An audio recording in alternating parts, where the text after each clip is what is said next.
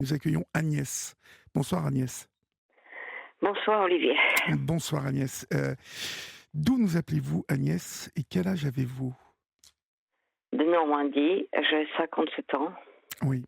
De quoi voulez-vous me parler? Dites-moi.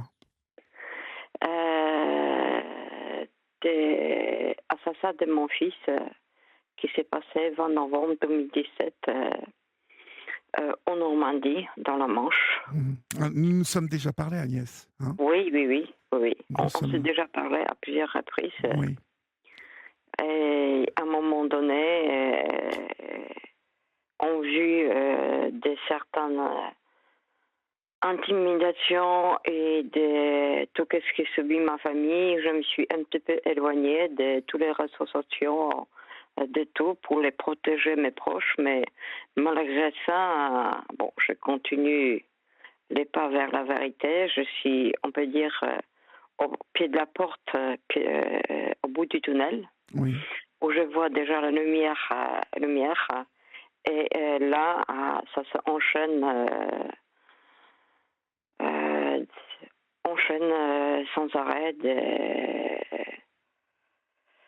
On peut dire la vie devient, c'est même pas une vie, c'est une survie qui devient infernale pour moi-même, ma famille, mes proches, parce qu'on peut dire on est en danger parce qu'on est trop près de la vérité. Qu'est-ce qui vous fait dire que vous êtes trop près de la vérité? Je rappelle que Pierre, hein, votre enfant, votre garçon, Oui. a été retrouvé pendu sous un pont. Hmm. Qu'il avait été auparavant interpellé par des gendarmes et qu'il règne autour de cette interpellation, enfin, le moment où il est appréhendé, des zones d'ombre et surtout la zone d'ombre principale étant que Pierre n'avait pas du tout émis à quelques moments que cela soit l'envie d'en finir avec la vie, bien au contraire, et que vous, sa maman, euh, vous êtes intimement persuadé de cela et que vous êtes persuadé que votre fils a été assassiné. Oui, exactement. Moi, je pense, Olivier, qui est quelqu'un hypermnésique. Tu te rappelles très très bien qu'est-ce que tous les auditeurs qui disent. Je pense qu'ils connaissent ce mot hypermnésique. Oui, Allô? oui, oui, je suis là, je vous écoute. Ah oui. Je suis également hypermnésique, donc ben, ça m'aide dans mes recherches, dans mon enquête. Parce qu'en réalité, je peux dire, dès le début, il n'y avait pas d'enquête. Il y a énormément de profs qui étaient disparus volontairement. Il y a, il y a des choses qui sont pas déroulées, on peut dire, on peut dire, vis-à-vis des articles du code pénal. Le code pénal n'était pas respecté de départ. Et ça continue, ça fait maintenant, aujourd'hui, 6 ans, 3 mois et 15 jours que je me bats pour la vérité. Oui. Je me bats pour la vérité. Mais pourquoi je me suis poussée, on peut dire, je n'ai même pas voulu téléphoner. J'ai dit je reste, on peut dire, dans le ténèbres ou dans silence un petit peu. Mais avec tout le dernier élément qui s'est passé, c'est un petit peu trop. Oui. Et je peux le dire que les assassins à mon fils, ils ont allé franchi une cap qu'il ne fallait pas. Parce que jusqu'à présent, c'était intimidation. Je peux dire qu'il est mois de fin juin, sous le pont, je retrouvais un corde avec un écoulon, Oui. avec un photo à Pierre qui était saccagé. Les messages étaient bien clairs. Bon, je commençais plus ou moins éloigné des réseaux sociaux, mais malgré tout, ça se poursuit. après, mois de septembre, j'ai reçu un lettre de corbeau dans laquelle il y avait tellement d'éléments, on peut dire, qui uniquement les personnes qui pourraient être sur place pourraient savoir et avoir un accès au dossier. Cette lettre était envoyée à moi Oui. et également au procureur de la République dans la Manche, qui, malgré grave accusation dans cette lettre, je ne vais pas parler. Quel type d'accusation? Désigné, on peut dire, désigné qui peut se cacher derrière les visages des assassins.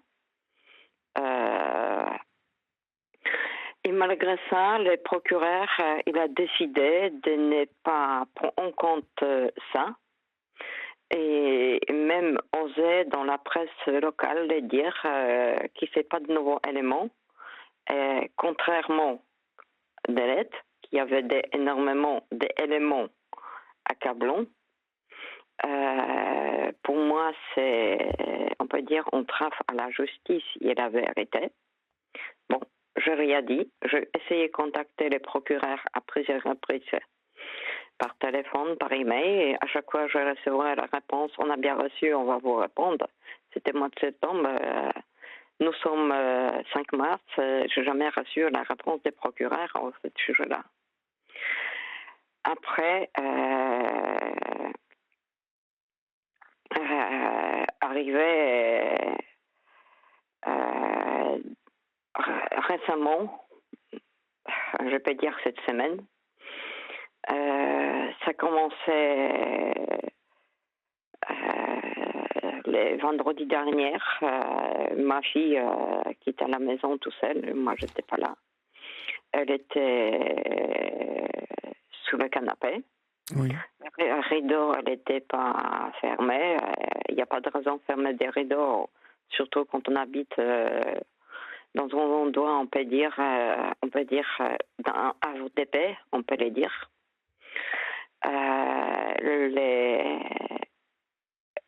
À un moment donné, elle a attendu un bruit, un truc qui frôlait son visage.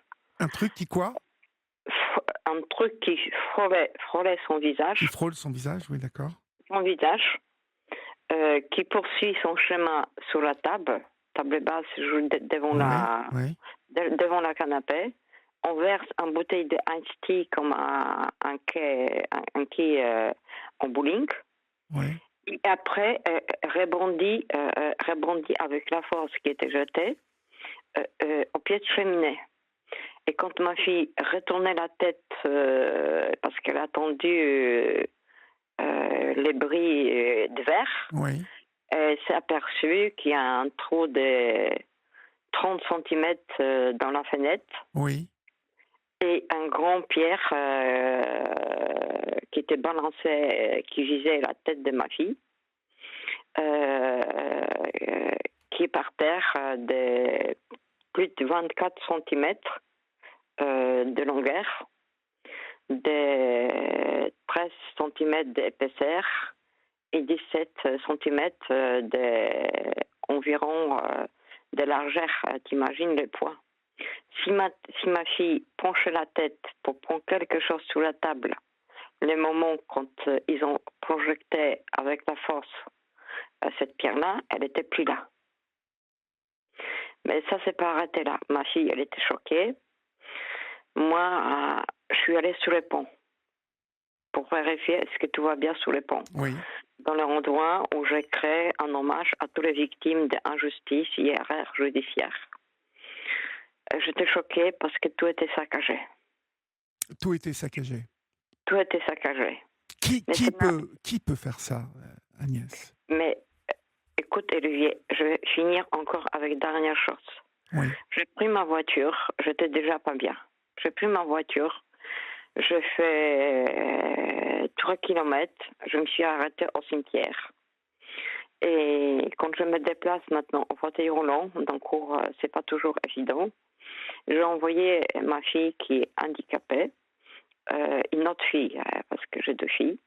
J'ai envoyé ma fille handicapée pour faire les photos de la tombe à Pierre. Oui. Elle revient avec le téléphone. Je regarde les photos et je comprends rien. Donc, je dis, écoute, on va descendre. On a descendu. Je suis allée juste devant la tombe de mon fils. J'étais assise dans mon fauteuil. J'ai tombé, on peut dire tombé parce que j'étais dans état secondaire. Tombé à côté de la tombe. Et je m'y suis approchée de la tombe et j'ai commencé à déblayer en disant « Il est où la tombe de mon fils ?» Tout était saccagé, profané. Ma fille m'a aidé à asseoir dans le fauteuil. J'étais devant, prostrée.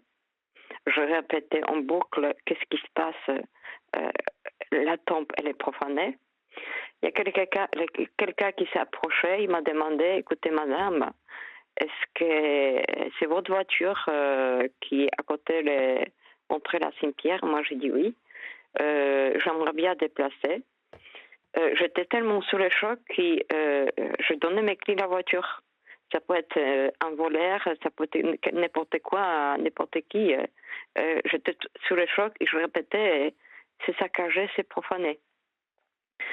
Heureusement, la personne qui prit les clés, c'était simplement un personnel des pompes funèbres qui sont venus pour préparer un enterrement.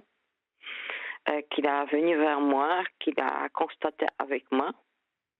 Je restais là-bas, j'ai téléphoné à Madame le maire de la commune, je restais longtemps au téléphone.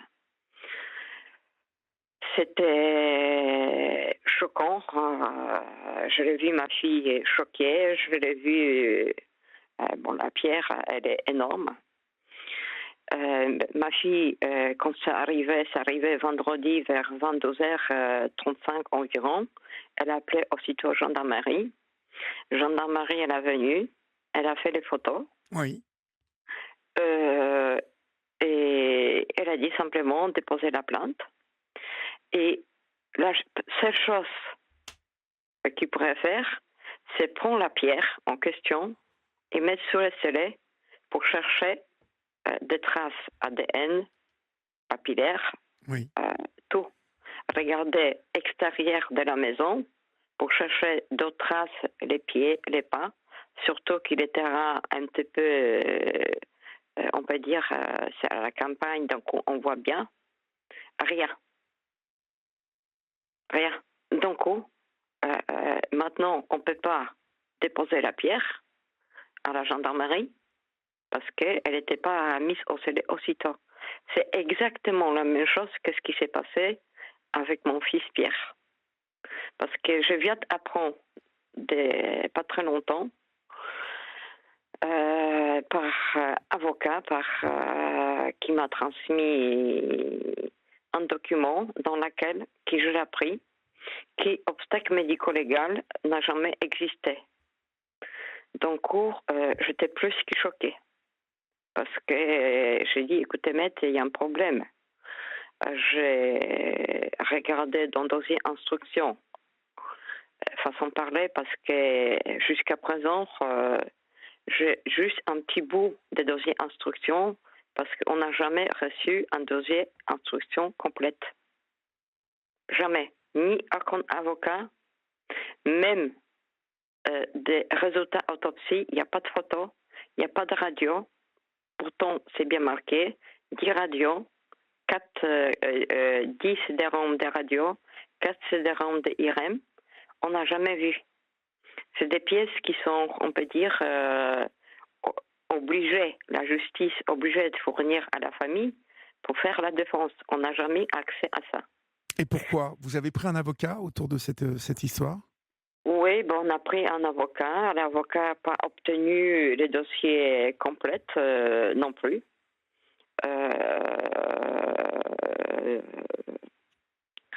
Malheureusement, le dossier elle est toujours incomplète. Personne ne sait pas. L'avocat m'a fourni un CD-ROM en disant que c'est le dossier complet. Et quand je regardais, j'ai appelé aussitôt avocat en disant écoutez, maître, le dossier elle est incomplète, ça arrête à autopsie, il n'y a rien après. Il n'y a même pas de photo à autopsie, il n'y a rien. Et Tout donc, reste. qu'est-ce qu'il dit, l'avocat, que on a fait disparaître ces pièces-là? Rien, parce que personne n'arrive pas à mettre les mains sur les dossiers. Ouais, On ne sait pas. ouais. On ne sait pas où les dossiers. On ne sait pas. Mais la justice là, au moment où on se parle, Agnès, la Oui. justice a conclu à la même chose. À Elle conclut. cour d'appel, la justice, elle a conclu la même chose, non liée, les suscites. J'ai même attendu de la part des avocats généraux en disant Madame, ça fait bientôt 6 ans, ça serait peut-être mieux que vous commencez votre deuil. Oui. On voit qu'elle n'a pas. On ne peut pas faire le deuil dans cette Non. circonstance-là. On ne peut pas demander à une mère de faire le deuil comme ça. On va marquer une pause, Agnès, et on se retrouve dans quelques secondes. À tout de suite. À tout de suite. Et on est bien sur Europe 1, on est bien chez Pascal Praud. C'est 2 rendez-vous par jour sur Europe 1 avec Pascal. D'abord avec l'heure des pros de 9h à 9h30 en codiffusion avec CNews. Et puis vous retrouvez Pascal Praud de 11h à 13h chaque jour pour vous donner la parole, parce que comme le dit Pascal, le plus important c'est vous. Pour participer à Pascal Praud et vous, appelez le 01 80 20 39 21, numéro non surtaxé, et Quentin vous rappellera pour que vous preniez la parole et que vous échangez sur les grands débats de société qu'anime Pascal Praud chaque jour sur Europe 1 et sur CNews. Agnès, donc la procureure vous a dit qu'il fallait commencer à faire votre deuil. Cela veut-il dire que après la cour d'appel, c'est fini, il n'y a plus rien? Des cours d'appel, c'est des cours de cassation. Oui, et vous allez en cassation ou pas? Parce qu'il faut prouver... Oui, on est au cours de cassation. Normalement, il y a des articles de loi, des codes pénals, qui stipulent que les cours d'appel, ils devraient, dans un délai de maximum 20 jours, transmettre des dossiers d'instruction à cour de cassation. C'était 20 septembre 2020. Et il avait les 20 jours à transmettre à cour de cassation dossier complet et toutes les pièces demandées par partie civile, tout ça, pour que cour de cassation tranche, on peut dire, pas sur les formes, mais sur la forme. Mais dans le dossier, on peut dire, il n'y a rien qui va ni sur la forme, ni sur les fonds. Et malgré plusieurs appels à cour de cassation et avocats des cours de cassation, les dossiers traînaient presque un an, on ne sait pas où. Et simplement, au mois de décembre, un petit peu avant le mois de décembre, elle a arrivé, décembre 2023, ça fait presque un an, Oui. Elle est arrivée à cour de cassation, mais incomplète. Encore. Avec quelques éléments, ça veut dire des décisions des cours d'appel, des mémoires des avocats qui étaient faites pour cour d'appel. Et c'est pas que ça, parce qu'après l'avocat général, il n'a pas pris sous la forme, parce que avocat des cours de cassation, il a écrit un mémoire sous la forme, qui est basé la justice des cours de cassation. C'est très technique, Agnès. Donc, oui, c'est très technique. Voilà, c'est très technique. Donc, on va conclure pour savoir, est-ce qu'il y a une date de fixée pour la Cour de cassation maintenant? Pour l'instant, je ne sais rien, mais j'ai appris également par la même avocat général, et ça va, on peut dire, faire un lien avec la personne qui j'écoutais avec attention son témoignage. Mon fils, on ne cache pas qu'il était handicapé. On n'a jamais caché qu'il était handicapé. Il avait des troubles type aphasique. Il avait problème motricité fine, tout ça. Et translocation génétique. Où le médecin généticien, il a dit, quand il était encore vraiment bébé, il a dit qu'avec ça, il va avoir des problèmes d'élocution, peut-être, moins ou moins fort, problème motricité, peut-être un petit peu d'équilibre, ça dépend de sa posture, qui c'est effectivement, Pierre avait ça. Ça veut dire des problèmes d'élocution, parlait mal, surtout quand il était stressé, mais par contre, quand il écrivait sans aucune faute orthographe. Il était très joyeux, il était incollable. Et ce qui est certain, c'est pour me souvenir bien de tout cela, c'est que en plus votre fils n'aurait jamais été capable de faire ce nœud, hein, ce fameux nœud qu'on a retrouvé. Il y a de grandes. Même pas que nœud, c'était attaché différemment. Attaché aussi, oui. C'était attaché qui même moi, et même des grands spécialistes qui sont passés sous les ponts. Quand je donnais une laisse et un collier, en disant